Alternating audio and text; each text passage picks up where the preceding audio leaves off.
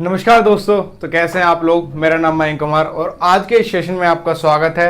तो expected questions के session हमारे चल रहे हैं। अब तक 4 सेशन मैं आपको दे चुका हूं और आगे भी हम एक्सपेक्टेड क्वेश्चंस के सेशंस को जब तक करते रहेंगे जब तक हमारे एग्जाम्स हो नहीं जाते। तो अब मैं उम्मीद करता हूं कि आपकी तैयारी अच्छी चल रही होगी और आप यहां से फायदा उठा रहे होंगे।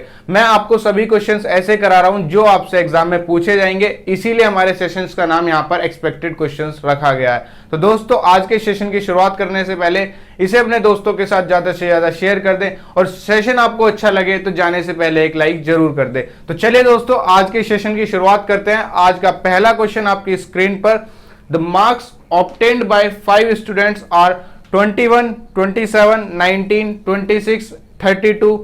Later on 5 grace marks are added to each student. What are the average marks of the revised marks of the students? तो यहां पर आपको सबसे पहले 5 स्टूडेंट्स के मार्क्स दिए गए हैं जो कि आपको 21, 27, 19, 26 और 32 दिए गए हैं। और लेटर यानी कि बाद में सभी के मार्क्स में 5 नंबर की बढ़ोतरी, सभी के मार्क्स में 5 नंबर बढ़ा दिए जाते हैं। तो अब आपको रिवाइज एवरेज बताना है कि आपका रिवाइज एवरेज क्या होगा। एक तो तरीका आपका ये हो जाएगा कि आपने सभी को ऐड कर लिया और फिर आपने एवरेज निकाल लिया और फिर आपने सभी के एवरेज में 5 जोड़ दिया, क्योंकि सभी के में 5 जुड़ रहा है तो आपका एवरेज में भी 5 जुड़ जाएगा। दूसरा तरीका हम इसको करेंगे कि हमने यहां पर अपने नंबर्स को लिख लिया। नंबर हमारे पास है 21, 27, 19, 26 और 32। ये हमारे पास यहां पर नंबर्स हैं और हमने क्या मान लिया कि हमारा जो एवरेज है, हमने अपने एवरेज को अपने मन से यहां पर 25 मान लिया। ये हमारा एवरेज है जिसको हमने अपने मन से 25 मान लिया। अब आपका ये जो 21 दिया हुआ है, ये 21 आपका 25 से कितना कम है? ये 21 आपका 25 से -4 है। 27 आपका 25 से कितना ज्यादा है? 27 आपका 25 से +2 है। 19 आपका कितना है? 19 आपका -6 है और 26 आपका +1 है और 32 आपका यहां पर +7 है। अब इन सभी को हम सॉल्व कर लेंगे तो यहां पर माइनस का कितना हो गया? माइनस का यहां पर आपका 10 हो गया और प्लस का यहां पर आपका कितना हो गया? 7, 3, 10 और प्लस का भी यहां पर आपका 10 हो गया। यानी कि ये आपका यहां पर बैलेंस हो गया। तो आपका जो यहां पर एवरेज है वो एवरेज ही आपका यहां पर 25 निकल कर आ गया। तो जो हमने एवरेज माना था वही एवरेज आपका यहां पर निकल कर आ गया। एवरेज का मतलब होता है सभी को समान संख्या देना, यानी कि इसको भी 25 दे सकते हैं। यहां से हम अगर निकालना चाहें, ये आपका 27 है तो इसको हम अगर 25 बनाना चाहे तो 2 यहां से देंगे और फिर यहां से देंगे। तो इस तरीके से सभी से हम अगर कुछ ना कुछ निकालेंगे तो बराबर इनको सभी को 25 मिल जाएगा। अब दूसरी बात इसमें क्या कही गई थी? दूसरी बात यहां पर कही गई है कि सभी के मार्क्स में 5 नंबर की बढ़ोतरी हुई। तो अगर सभी के मार्क्स में यहां पर आप 5-5 नंबर बढ़ा देंगे तो फाइनली एवरेज में भी आपके यहां पर 5 मार्क्स बढ़ जाएंगे। तो आपका फाइनल एवरेज यहां पर 30 निकल कर आ गया। चाहे तो आप इसको सॉल्व कर सकते हैं, मैं इसको सॉल्व करके दिखा देता हूं। 3 और 2 5 और 1 6 और 2 6 और 4 10 यानी कि 100। तो आपका ये हो गया। उसके बाद 1 और 7 8, 8 और 9 17, 17 और 6 यहां पर आपका 23, 23 और 2 25। तो ये आपका यहां पर 25 आ गया। 125 बटे आपका 25 यहां पर आपका कितना आ गया? 25 निकल कर आ गया। तो 2 तरीके से आप एवरेज निकाल सकते हैं। या तो आप इन सभी को ऐड करें या इन्हीं किसी संख्या में से आप या फिर इनके आसपास की संख्या को एवरेज मान लें।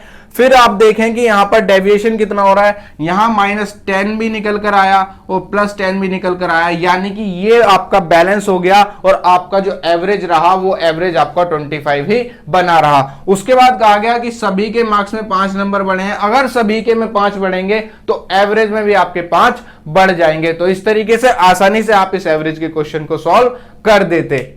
नेक्स्ट क्वेश्चन अब आपकी स्क्रीन पर, the sides of a right angle triangle are in the ratio x, x-1, x-18, what is the perimeter of the triangle. तो यहां पर आपको एक राइट एंगल ट्राइंगल दिया हुआ है और आपसे यहां पर 3 साइड का रेशियो दिया हुआ है। हमने मान लिया हमारे पास ये आपका राइट एंगल ट्राइंगल है। साइड आपकी यहां पर x, x-1 और x-18 यहां पर आपकी दी हुई है। तो ये आपकी 3 साइड है। तो आपको यहां पर पता होना चाहिए कि यहां पर एक तो आपका पाइथागोरस थ्योरम लगेगी और दूसरा आपकी हाइपोटेनस यहां पर सबसे बड़ी होती है। तो यहां पर आपको सबसे बड़ी साइड कौन सी दिखाई दे रही है? यहां पर आपकी सबसे बड़ी साइड आपकी x है, क्योंकि ये x में से 1 घटाया जा रहा है और ये x में से 18 घटाया जा रहा है, तो x आपका यहां पर आ जाएगा। बाकी बची हुई साइड आप दोनों में से कोई सी भी ले सकते हैं। मान लीजिए आपने x-1 यहां पर ले लिया और x-18 आपने यहां पर ले लिया। अब आपको यहां पर पाइथागोरस थ्योरम का इस्तेमाल करना है और अपने क्वेश्चन को सॉल्व करना है। तो पाइथागोरस यहां पर कैसे लगेगी? आपने लिया x-1 का होल स्क्वायर प्लस x-18 का होल स्क्वायर इक्वल्स टू आपका एक्स स्क्वायर यहां पर आ गया। अब इसको सॉल्व करना स्टार्ट करते हैं। यहां पर कितना आ जाएगा? एक्स स्क्वायर प्लस 1 माइनस का 2x plus x square plus 324 minus का 36x equals to x square. तो आपका यहां पर ये 2 बार एक्स स्क्वायर है या 1 बार एक्स स्क्वायर है? तो 1 बार एक्स स्क्वायर से 1 बार एक्स स्क्वायर यहां पर कट गया। अब आपका कितना रह गया? एक्स स्क्वायर माइनस का 2x और यहां पर माइनस का 36x, यहां पर आपका माइनस का 38x आ गया और ये आपका कितना हो जाएगा? प्लस का 1 और यहां पर प्लस का 324 और ये आपका प्लस का 325 यहां पर बन गया। अब इसके 325 के हमको करने हैं फैक्टर, तो यहां पर हम 325 के फैक्टर कर लेते हैं। तो 5 से जाएगा 6 बार, 5 से जाएगा 5 बार और यहां पर 5 से जाएगा 13 बार और 13 से जाएगा 1 बार, यानी कि यहां पर आपका कितना आ सकता है? 13 पंजे 65 और 65 यहां पर आपका फिर 5 पंजे 25 और 13 25 और 13 अगर हम यहां पर लेंगे तो इन दोनों को जोड़ने पर आपका यहां पर 38 बन जाएगा। यानी कि आप क्या करेंगे? एक्स स्क्वायर माइनस का 25x माइनस का 13x और प्लस का 325 इक्वल्स टू 0। तो ये आपने यहां पर फैक्टर कर लिया 325 के और यहां पर आपका माइनस का 38 बनकर आ गया। अब आपने लिया x common, x minus 25 minus का यहां पर आपने 13 कॉमन लिया। जब माइनस का 13 कॉमन लिया तो यहां से माइनस आया और x माइनस यहां पर 25 आ गया। इक्वल्स टू में आप यहां पर क्या लेंगे? x माइनस का 25 और यहां पर आप लेंगे x माइनस का 13 इक्वल्स टू 0। x की आपके पास 2 वैल्यू बनेंगी, एक 25 और एक 13। तो x की आपके पास 2 वैल्यू बन गई, एक 25 बनी और एक 13 बनी। तो क्या आप x की वैल्यू 13 ले सकते हैं? जब यहां पर आपका 18 माइनस का हो रहा है तो क्या आप 13 में से 18 को घटा सकते हैं और यहां पर माइनस की एक साइड आ सकती है? तो ये वाली वैल्यू आप 13 नहीं ले सकते। आपको x की वैल्यू यहां पर 25 लेनी पड़ेगी। तो आपकी ये वाली साइड कितनी हो गई? ये वाली साइड आपकी 25 हो गई और यहां पर x माइनस 1 करा तो ये वाली साइड आपकी 24 हो गई और ये वाली साइड आपकी 7 निकल कर आ गई।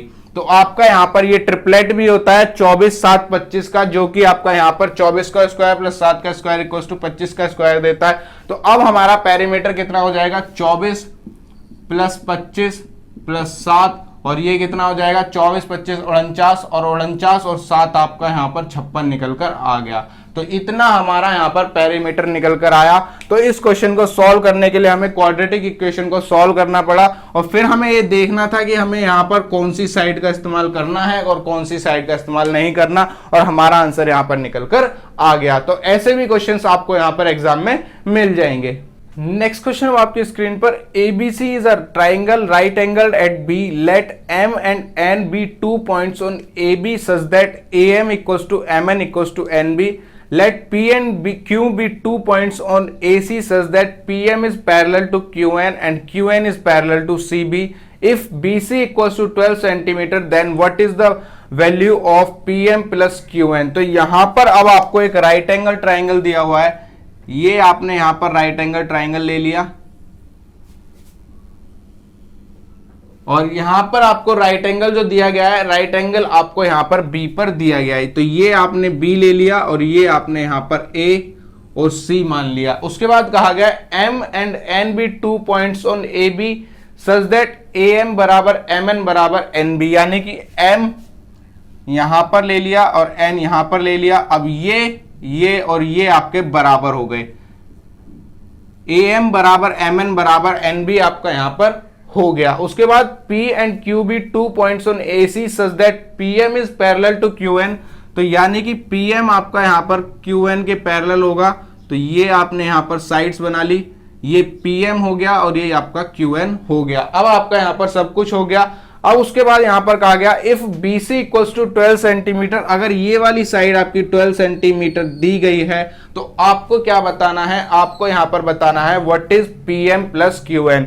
तो आपको ये वाली साइड और ये वाली साइड का यहां पर एडिशन बताना है। अब आप क्या कर सकते हैं, ये वाली साइड आपकी ये और ये आपकी बराबर है, तो आप मान लीजिए कि आपकी ये साइड x है, ये भी x है और ये भी आपका यहां पर x है। तो अब आप यहां पर क्या करेंगे, जब अगर आप इस एंगल को यहां पर थीटा मान लेते हैं तो अगर ये वाली साइड इसके पैरेलल है तो ये वाला एंगल भी आपका यहां पर थीटा हो जाएगा और ये वाला एंगल भी आपका यहां पर थीटा हो जाएगा। तो ये तीनों एंगल आपके यहां पर थीटा हो गए। अब मैं इसमें लगाने वाला हूं आपका ट्रिग्नोमेट्री। तो ट्रिग्नोमेट्री यहां पर किस तरीके से लगेगी, आपने पूरा वाला ट्राइंगल ले लिया और पूरे ट्राइंगल में आपने लगा दिया tan थीटा। तो tan थीटा ट्राइंगल ABC में आपका कितना हो जाएगा, ABC का tan थीटा आपका x x x 3x by 12 यहां पर हो जाएगा, क्योंकि आपको पता होना चाहिए कि tan थीटा आपका परपेंडिकुलर अपॉन बेस होता है। तो यहां पर tan थीटा की वैल्यू आपकी कितनी आई, x बाय 4 tan थीटा की वैल्यू निकल कर आ गई। अब सबसे पहले हम निकालेंगे यहां पर अपना QN। तो QN में लगाने के लिए हमें ट्राइंगल लेना पड़ेगा ANQ। तो ANQ हमने ले लिया और tan थीटा जब इसमें लगाया तो tan थीटा यहां पर कितना आ गया, tan थीटा यहां पर आपका आ जाएगा 2x अपॉन में QN। तो 2x अपॉन में आपका QN आ गया और आपने इस tan थीटा को इस tan थीटा से जब कंपेयर कराया तो x by 4 equals to 2x by QN और आपका x से x कट गया और QN आपका यहां पर 8 सेंटीमीटर निकल कर आ गया। अब आपका QN यहां पर निकल कर आ गया 8 सेंटीमीटर। तो अब आप क्या कर सकते हैं, आप इस tan थीटा से दोबारा आप इसमें लगाएंगे तो आपका यहां इस ट्राइंगल को जब हम लेंगे, अब हमने कौन सा ट्राइंगल ले लिया, ट्राइंगल AMP। तो ट्राइंगल AMP हमने लिया और यहां पर अगर मैं tan थीटा लगाता हूं तो यहां पर आपका x अपॉन MPM बन जाएगा, x अपॉन यहां पर आपका PM बन गया। अब फिर से इस tan थीटा को मैं इस tan थीटा से कंपेयर कराऊंगा तो आपका x over PM equals to आपका x ओवर 4 और x से x कट गया और PM आपका यहां पर 4 निकल कर आ गया। तो अब आपके पास दोनों साइड निकल कर आ गई, QN आपके पास 8 सेंटीमीटर आ गई और PM आपके पास 4 सेंटीमीटर निकल कर आ गई। बस अब आपसे जो क्वेश्चन में पूछा गया था, क्वेश्चन में इन दोनों साइड का एडिशन पूछा गया था, तो 8 प्लस 4 इक्वल्स टू 12 सेंटीमीटर यहां से आपका निकल कर आ गया। तो इस तरीके से यहां पर आप इस राइट एंगल ट्रायंगल में ट्रिग्नोमेट्री लगानी थी। इतना टाइम सिर्फ आपको समझाने के लिए मुझे लगा कि क्वेश्चन को करना कैसे है, वरना ये क्वेश्चन ज्यादा देर का नहीं था। आप इसको देखते, ट्रिग्नोमेट्री लगाते, क्योंकि ये वाली साइड्स आपकी सारी पैरेलल हैं तो एंगल आपके यहां पर ये इक्वल हो जाएंगे और आपका आंसर यहां पर निकल कर आ जाएगा। नेक्स्ट क्वेश्चन हो आपकी स्क्रीन पर, AB and CD are the diameters of a circle which intersect at P. Join AC, CB, BD and DA. If angle PAD equals to 60 degree, then what is BPD equal to? तो अब आपको circle का question करना है और आपने ले लिया कि ये आपके पास यहां पर एक सर्कल है। उसके बाद इसमें जो दिया हुआ है, इसमें आपको दो डायमीटर दिए गए हैं और दोनों को आपको करवाना है इंटरसेक्ट। तो डायमीटर आपके क्या क्या दिए हुए हैं, डायमीटर आपके AB और CD दिए हुए हैं। डायमीटर आपकी सबसे बड़ी कोड होती है जो कि आपकी सेंटर से पास करती है और वो आपकी लॉन्गेस्ट कोड कही जाती है, क्योंकि अगर डायमीटर थोड़ा भी ऊपर नीचे होगा तो सबसे पहले तो वो डायमीटर नहीं होगा और वो आपकी लंबाई थोड़ी छोटी हो जाएगी। अब हमने मान लिया ये हमारा सेंटर है यहां पर और सेंटर हमने मान लिया कि हमारा O है। तो आपकी जो कोड है A, B और C और D यहां पर आपकी हो गई। उसके बाद यहां पर क्या कहा गया है, जॉइन AC। अब हमने यहां पर AC को जोड़ दिया, CB, उसके बाद यहां पर BD और DA को यहां पर आपको जोड़ दिया। तो अब ये आपका एक साइक्लिक क्वाड्रिलेटरल बन गया। और साइक्लिक क्वाड्रिलेटरल की एक प्रॉपर्टी आप ध्यान रखेंगे कि इसके अपोजिट एंगल का सम आपका 180 डिग्री यहां पर होता है। तो अब आपसे यहां पर क्या कहा गया, angle PAD equal to 60 degree, PAD intersected P, यानी कि ये आपका यहां पर P आपका सेंटर दिया हुआ है। तो अब आपका PAD यहां पर आपका कितना हो जाएगा, PAD आपका यहां पर 60 डिग्री दिया हुआ है। और आपसे जो पूछा है BPD, यहां पर आपसे पूछा हुआ है BPD, तो ये वाला एंगल आपको यहां पर बताना है। तो ये एंगल बताने के लिए आपको यहां पर क्या करना पड़ेगा, तो आप यहां पर क्या कर सकते हैं, जब आपका ये दोनों ही डायमीटर हैं और आपकी दोनों ही डायमीटर आपके कहां इंटरसेक्ट करेंगे, डायमीटर आपके सेंटर पे इंटरसेक्ट करेंगे, तो ये वाली और ये वाली साइड आपकी क्या हो गई, ये आपकी दोनों रेडियस हो जाएंगी और ये आपका यहां पर 60 डिग्री निकलकर आ जाएगा। अब ये आपका एक ट्राइंगल है, ट्राइंगल आपका APD है और इसका जो एक्सटीरियर एंगल है अपोजिट एंगल इंटीरियर का सम हो जाएगा, तो ये आपका 120 डिग्री यहां पर निकलकर आ गया। तो इस तरीके से आसानी से यहां पर आपका ये सम ये निकलकर आ गया कि आपका यहां पर BPD कितना था। तो एक तरीका आपका ये हो गया। दूसरा तरीका आपका क्या है, आपने इस ट्राइंगल को लिया, मैं यहां पर दूसरा बना के दिखा देता हूं। यहां पर आप लेंगे और आपने अपनी कोड ले ली BD आपकी यहां पर कोड हो गई और आपका यहां पर ये आपका सेंटर से पास हो रहा है। मान लीजिए आपका सेंटर यहां पर, इसको मैं सही कर देता हूं, आपका ये सेंटर से पास हो रहा है ट्राइंगल, यहां पर ये सेंटर से पास हो रहा है। तो जब आपका यहां पर एक एंगल सेंटर से पास हो रहा है, ये सेंटर वाला एंगल आपके सर्कमफेरेंस के एंगल के डबल होता है, ये वाली प्रॉपर्टी आपको पता होगी। तो अगर ये वाली एंगल 60 है तो ये वाला एंगल आपका 120 डिग्री हो जाएगा। तो आप कोई भी प्रॉपर्टी यूज कर इस क्वेश्चन को सॉल्व कर सकते थे। नेक्स्ट क्वेश्चन हो आपकी स्क्रीन पर, an equilateral triangle ABC and a scalene triangle DBC are inscribed in a circle on the same side of the arc, what is angle BDC equal to. तो अब आपको यहां पर एक सर्कल दिया हुआ है और आपका यहां पर एक इक्विलेटरल ट्राइंगल दिया हुआ है सर्कल के अंदर। तो ये आपने बना लिया इक्विलेटरल ट्राइंगल और इक्विलेटरल ट्राइंगल आपका ABC दिया हुआ है, ये आपने ABC ले लिया। और एक दूसरा ट्राइंगल स्केलन ट्राइंगल, और स्केलन ट्राइंगल वो होता है जिसकी कोई भी साइड यहां पर आपकी बराबर नहीं होती। दूसरा ट्राइंगल आपका DBC दिया हुआ है जो कि आपका सेम आर्क पर दिया हुआ है, यानी कि बड़ी वाली आर्क पर ही आपको DBC बना लेना है। तो आपने ये बना लिया DBC, तो ये आपका यहां पर DBC हो गया। अब आपको यहां पर पता होना चाहिए, जब एक ही कोड पर सेम साइड में हम एंगल बनाते हैं तो वो आपके बराबर होते हैं, यानी कि ये अगर थीटा है तो ये भी आपका थीटा हो जाएगा। अगर यहां पर हम एक कोड ड्रॉ कर देते तो वो एंगल भी आपका यहां पर थीटा हो जाता। अगर एक और यहां पर ड्रॉ कर देते तो वो एंगल भी आपका यहां पर थीटा हो जाता। तो एक ही कोड पर same side of the arc पे आपके सारे एंगल सर्कमफेरेंस के बराबर होते हैं। तो अगर ये आपका 60 डिग्री दिया हुआ था, 60 डिग्री कैसे दिया हुआ था, क्योंकि आपका यहां पर ये इक्विलेटरल ट्राइंगल दिया हुआ है, समबाहु त्रिभुज यहां पर आपका दिया हुआ है, तो ये वाला स्केलन का एंगल भी आपका 60 डिग्री हो जाएगा। बाकी एंगल आपको कोई लेना देना नहीं है कि बाकी ये दो एंगल आपके यहां पर DBC के क्या होंगे। हमसे ये वाला एंगल पूछा था और इसको हमने यहां पर निकाल दिया। एक बात तो ये हो गई कि सभी एंगल आपके यहां पर बराबर होंगे जब आपके सेम आर्क पर होंगे, और अगर आपको यहां पर opposite side of the arc पे एंगल दिया जाए, यानी कि अगर ये वाला एंगल आपसे बाय चांस पूछा जाता तो ये वाले एंगल का सम और ये वाले एंगल का सम आपका 180 डिग्री हो जाता है। तो ये आपका यहां पर 120 डिग्री निकलकर आ जाता। तो अपोजिट साइड में जब आर्क के दिए जाएंगे तो दोनों एंगल का सम 180 होगा, सेम आर्क पर दिए जाएंगे तो दोनों एंगल आपके यहां पर बराबर हो जाएंगे। नेक्स्ट क्वेश्चन है आपकी स्क्रीन पर, let PAB be a secant to a circle intersecting the circle at A and B, let PT be tangent segment if PA equals to 9 cm and PT equals to 12 cm, then what is AB equal to। तो यहां पर आपका circle का question है फिर से, और circle का क्वेश्चन आपका किस तरीके से है, एक आपको सेकंड दी गई है, यानी कि आपको प्रतिच्छेदन रेखा दी गई है सर्कल की।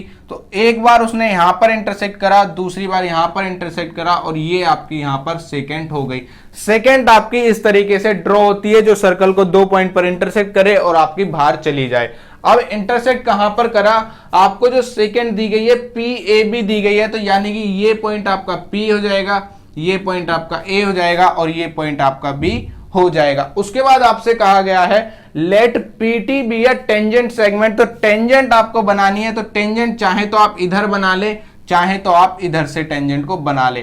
टेंजेंट क्या होती है, जो सर्कल को लाइन एक पॉइंट पर टच करे और दोबारा टच ना कर सके, वो आपकी यहां पर टेंजेंट होती है। तो ये केवल इस पॉइंट पर इस लाइन को, सर्कल को टच करेगी और तो ये आपकी यहां पर टेंजेंट हो गई। तो ये वाली प्रॉपर्टी आपकी उस तरीके से होती है जब आपकी दो कोड इंटरसेक्ट करती है, जैसे क्वेश्चंस मैंने आपको लास्ट सेशन में कराए हुए हैं। तो यहां टेंजेंट वाली में आपका क्या हो जाएगा, टेंजेंट में आपका P T square equals to P A into P B आपका यहां पर हो जाएगा। तो इस चीज का आपको यहां पर खास ध्यान रखना है, अगर टेंजेंट दी हो तो यहां पर आपका P T square equals to P A into P B हो जाएगा। तो अब हमें यहां पर पी टी दिया हुआ है कितना, पीटी आपको यहां पर 12 सेंटीमीटर दिया हुआ है, उसके बाद पीए 9 सेंटीमीटर यहां पर आपको दिया हुआ है और आपको यहां पर क्या निकालना है, ए बी आपको यहां पर निकालना है, यानी कि ये वाली लेंथ आपको यहां पर निकालनी है जो हमने यहां पर x मान ली। तो सबसे पहले हम यहां पर क्या करेंगे, पीटी का स्क्वायर यानी कि 12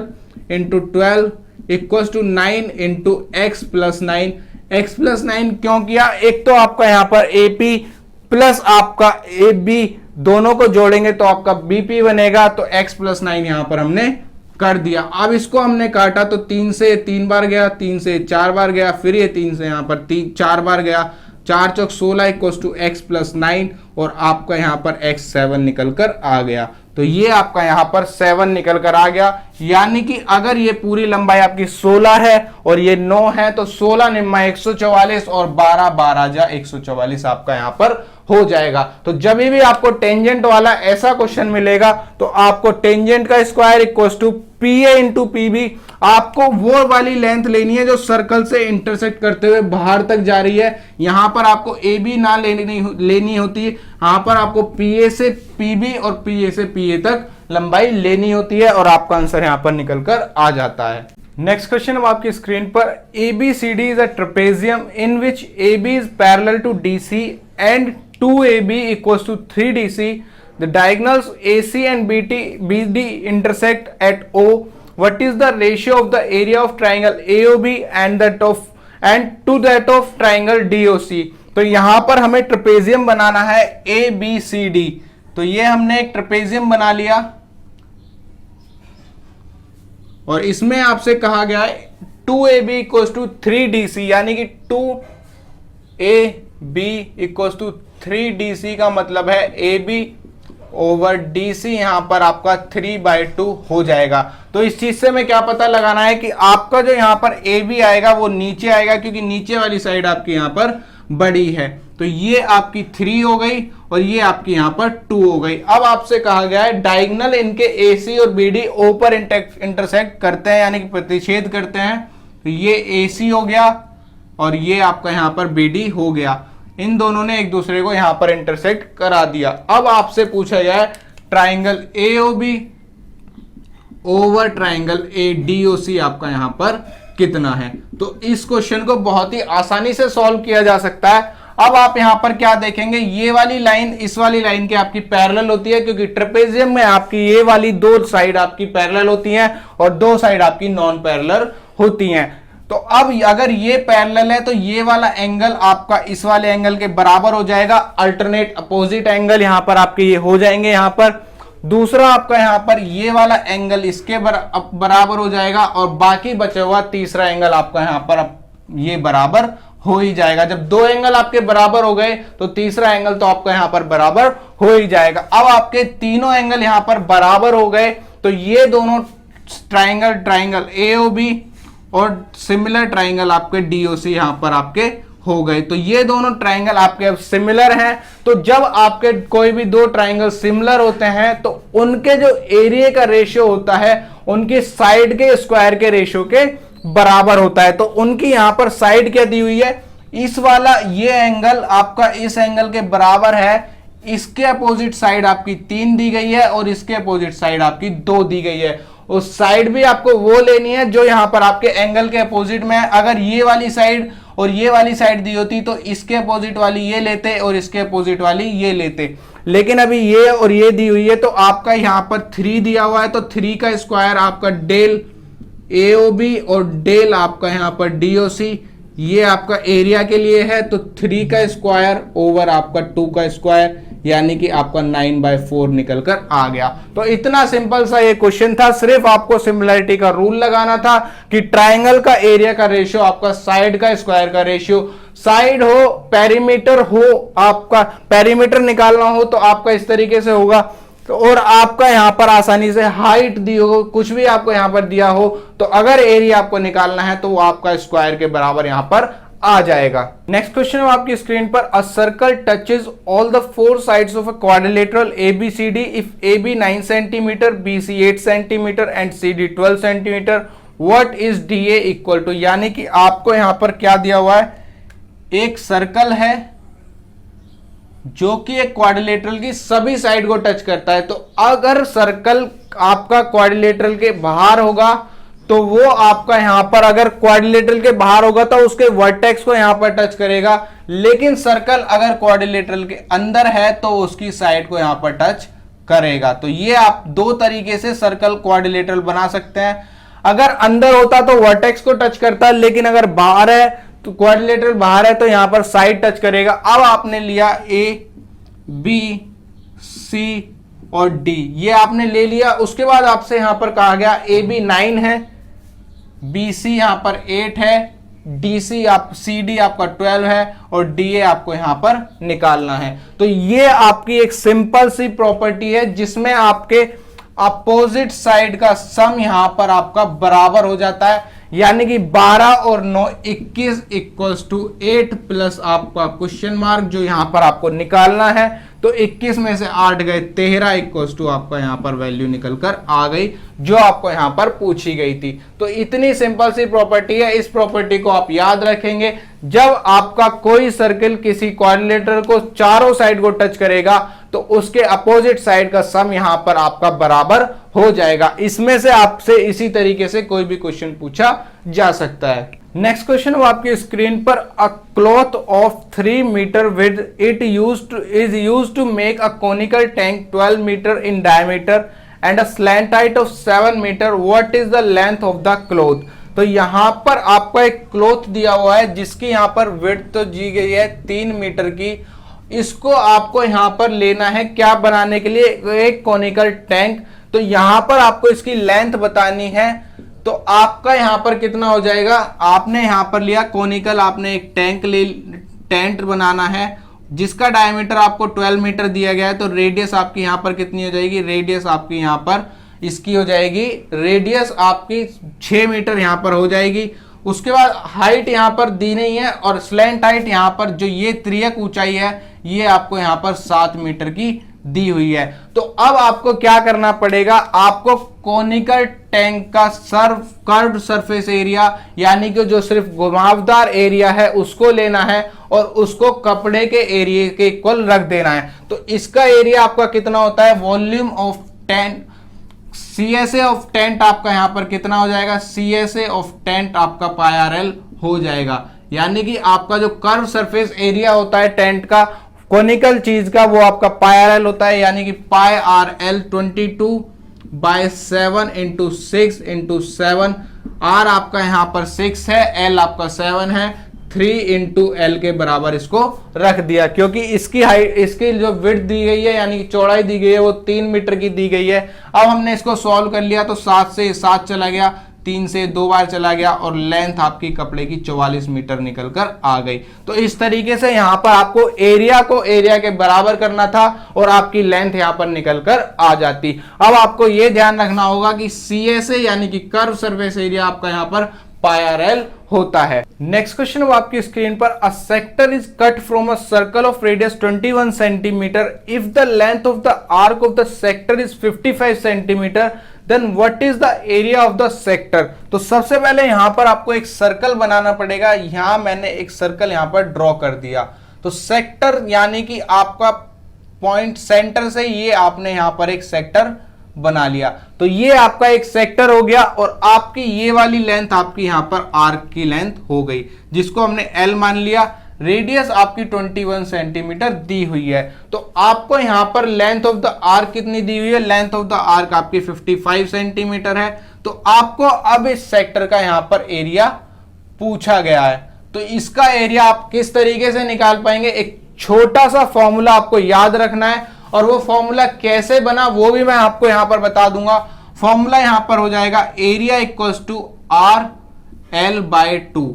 अब आपका इतना सा ये फॉर्मूला बना कैसे वो मैं आपको बता देता हूं, फिर मैं इस क्वेश्चन का आंसर आपको यहां पर बताऊंगा।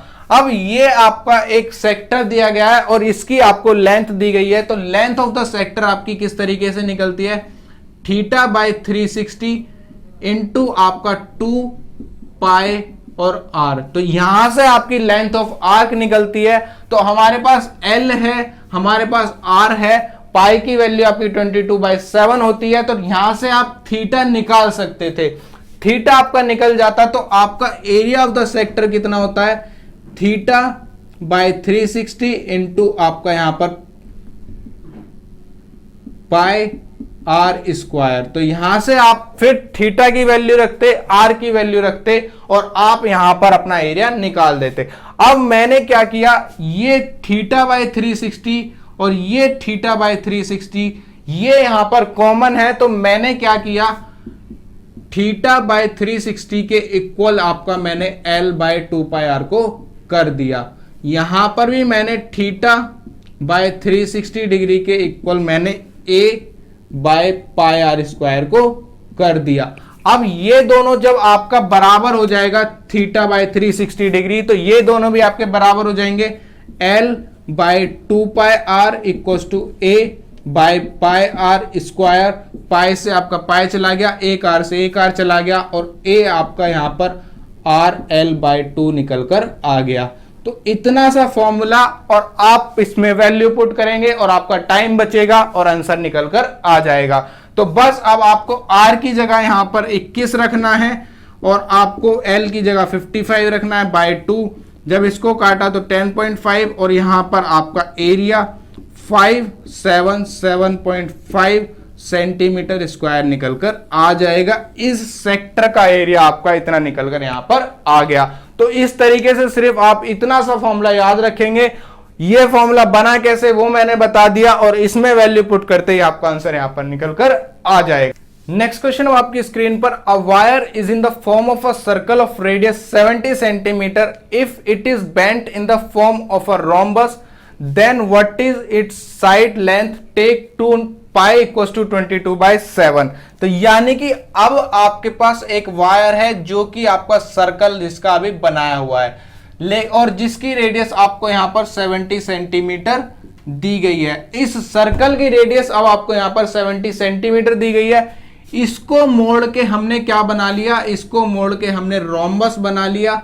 और रोम्बस का आपको पता है जो कि आपका थोड़ा सा स्लैंट होता है और जिसकी यहां पर चारों साइड बराबर होती हैं। तो इसकी यहां पर चारों साइड आपकी बराबर हो जाएंगी। तो जब हमने किसी चीज को यहां पर तोड़ मोड़ के बनाया तो जो उसका पेरीमीटर होगा वो आपका हमेशा बराबर रहेगा। तो जो ये इसका पेरीमीटर है और जो इसका ये पेरीमीटर है ये बराबर रहेगा। एरिया भले ही आपका यहां पर डिफरेंट हो जाए। तो इसका पेरीमीटर आपका कितना होता है? इसका पेरीमीटर आपका 2 पाई आर होता है और इसकी अगर साइड हमने ए मान ली तो पेरीमीटर आपका 4a हो जाएगा। पेरीमीटर का आपको एक बात ध्यान रखनी है, पेरीमीटर आपका सम ऑफ इट्स एक्सटीरियर साइड्स होता है। आपकी जितनी भी एक पॉलीगन हो, क्वाड्रिलेटरल हो, कुछ भी हो, उसकी जो भी एक्सटीरियर साइड होंगी उसका सम आपका यहां पर पेरीमीटर होता है। तो आपका यहां पर 2 pi r equals to 4a हो गया।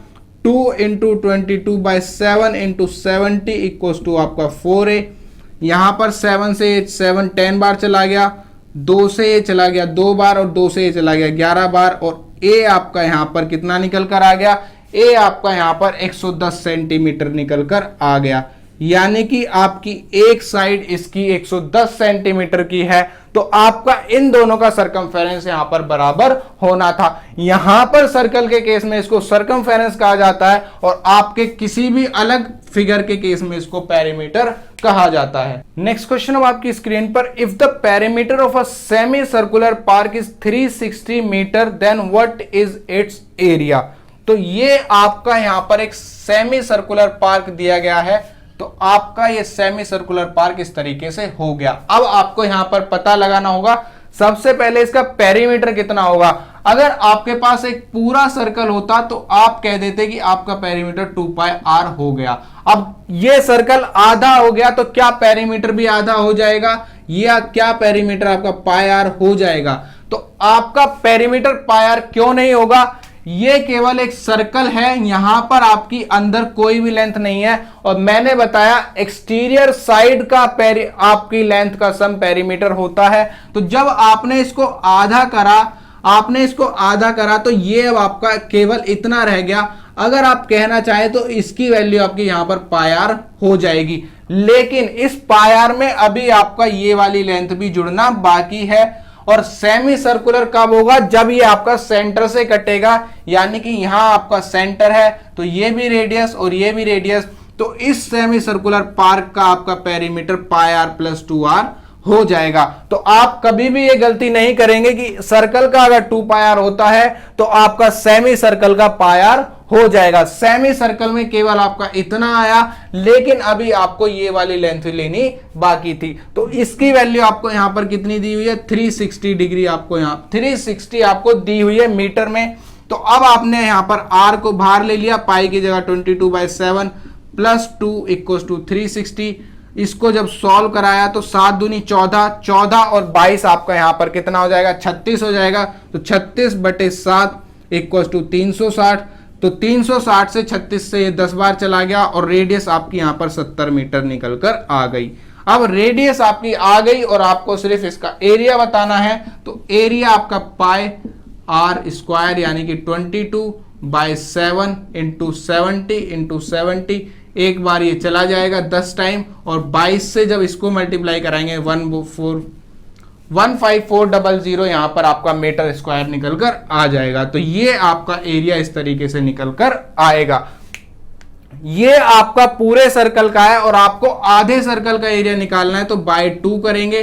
तो इसको जब बाय 2 करा दिया तो यहां पर आपका 7 और 700 मीटर स्क्वायर निकलकर आ गया। तो यानी कि अगर मैं गलती कर सकता हूं, मैंने यहां पर पूरे सर्कल का एरिया ले लिया, तो आप भी यहां पर गलती कर सकते हैं। तो इस चीज का आप खास ध्यान रखेंगे कि आपको यहां पर सेमी सर्कल दिया हुआ है, तो पेरीमीटर तो आपका πr + 2r हो जाएगा सेमी सर्कल का, और एरिया आपका πr² हो जाएगा। क्योंकि एरिया आपका तभी भी इतना ही लेना है, और अगर ये वाली लेंथ ना हो तो भी आपको एरिया इतना ही लेना है। तो एरिया तो आपका हाफ हो जाएगा, लेकिन आपके पेरीमीटर में 2r जुड़ जाएगी। तो इस तरीके से आपका ये क्वेश्चन सॉल्व हो जाएगा। नेक्स्ट क्वेश्चन अब आपकी स्क्रीन पर, इन अ trapezium ABCD, AB is parallel to DC, the diagonal AC and BD intersect at P if AP ratio PC is equal to 4 ratio 4x - 4 and BP ratio PD equals to 2x - 1 ratio 2x + 4, then what is the value of x। तो यहां पर हमने सबसे पहले एक trapezium बना लिया, ये हमारा ट्रेपेजियम है, और एक क्वेश्चन ट्रेपेजियम का मैंने पहले भी कराया हुआ है। तो आपका A, B, C और D ये आपका यहां पर ट्रेपेजियम हो गया, और अब इसके डायगोनल को हम इंटरसेक्ट कराएंगे P पर।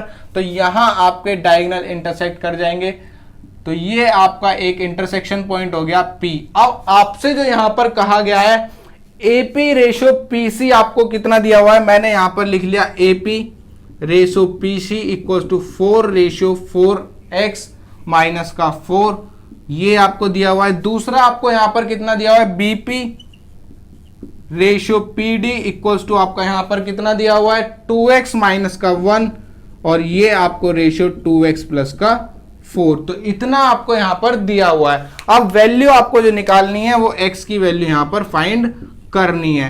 तो अब आपको मैंने यहां पर क्या बताया था, आपका ये वाला एंगल इसके बराबर है, ये वाला एंगल इसके बराबर है, और ये वाला एंगल आपका इसके बराबर यहां पर होता है, क्योंकि ये वाली साइड आपकी पैरेलल होती है और इन दोनों ट्राइंगल में आपका यहां पर सिमिलरिटी लग जाती है। तो अब आपका यहां पर कितना हो जाएगा, जब सिमिलरिटी लगी तो इसके अपोजिट वाला एंगल और इसके अपोजिट वाला एंगल और आपका इसके अपोजिट वाला एंगल और इसके अपोजिट वाला एंगल का रेशियो आपको यहां पर निकालना है। तो यहां पर ऊपर वाला ट्राइंगल का आपका कितना हो जाएगा, ये हो जाएगा आपका डीपी अपॉन में आपका यहां पर कितना हो जाएगा, अपॉन में आपका हो जाएगा बीपी इक्वल्स टू, आप जब इस वाले एंगल को लेंगे तो इस वाला, अब आपने ये वाला एंगल लिया, अब आपको लेना है ये वाला एंगल, तो आपका हो जाएगा कितना, पहले ऊपर वाले ट्राइंगल का लेंगे तो पीसी ओवर आपका यहां पर कितना हो जाएगा, यहां पर आपका हो जाएगा एपी।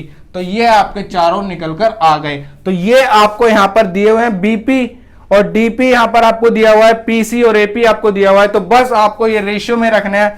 बीपी आपका यहां पर ये आपका 2x plus 4 upon 2x minus का 1 इक्वल्स टू पीसी आपका यहां पर 4x माइनस का 4 अपॉन में आपका यहां पर 4 दिया हुआ है। बस इसको सॉल्व करना था और आपका आंसर निकल कर आ जाएगा। यहां से अगर मैं 4 कॉमन ले लेता हूं तो 4 यहां से चला गया, यहां से जाएगा तो 1 बचेगा और ऊपर वाले 4 से नीचे वाला 4 आपका यहां पर कट जाएगा। तो x माइनस 1 अपॉन x आपका निकल कर आ गया। अब आपने करा दी क्रॉस मल्टीप्लाई, तो 2x प्लस 4 और इसकी मल्टीप्लाई x माइनस 1 की यहां पर हो जाएगी। तो 2x plus 4 equals to 2x का स्क्वायर माइनस x माइनस का 2x प्लस का 1। बस अब आपको इसको सॉल्व करना है। तो यहां पर 2x plus 4 equals to 2x square minus का 3x प्लस 1। तो 2x स्क्वायर, ये प्लस का 2x इधर जाकर माइनस का 2x यानी कि माइनस का 5x, और ये यहां पर प्लस का 4 इधर जाकर आपका माइनस का 3 यहां पर हो जाएगा।